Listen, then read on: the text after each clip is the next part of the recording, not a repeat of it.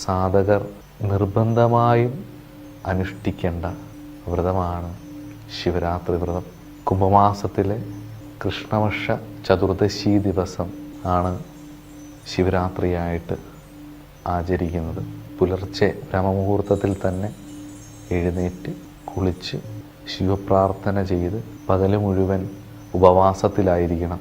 സൂര്യാസ്തമയത്തിന് ശേഷം ശിവഭഗവാന് നേദിച്ചിട്ടുള്ള നിവേദ്യം ഭക്ഷണമായി കഴിച്ച് രാത്രി ഉറക്കമുളയ്ക്കണം. ഉറക്കമുളയ്ക്കുക എന്ന് വെച്ച് കഴിഞ്ഞാൽ ഉറങ്ങാതിരിക്കുക എന്നുള്ളതല്ല, നമ്മൾ ഉണർന്നിരിക്കുക, ഭഗവാനെ ഓർത്തുകൊണ്ടിരിക്കുക, ഭഗവാന്റെ കീർത്തനങ്ങളും നാമങ്ങളും ജപിച്ചുകൊണ്ടിരിക്കുക, ഭഗവാനിലേക്ക് ലയിച്ചുകൊണ്ടിരിക്കുക.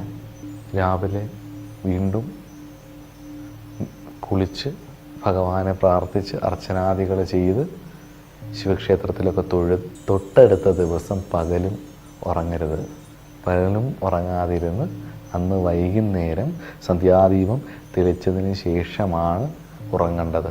ഇങ്ങനെയാണ് ശിവരാത്രിയുടെ ശരിയായ വ്രതചര്യ മഹർഷിമാർ പറഞ്ഞിട്ടുള്ളത്.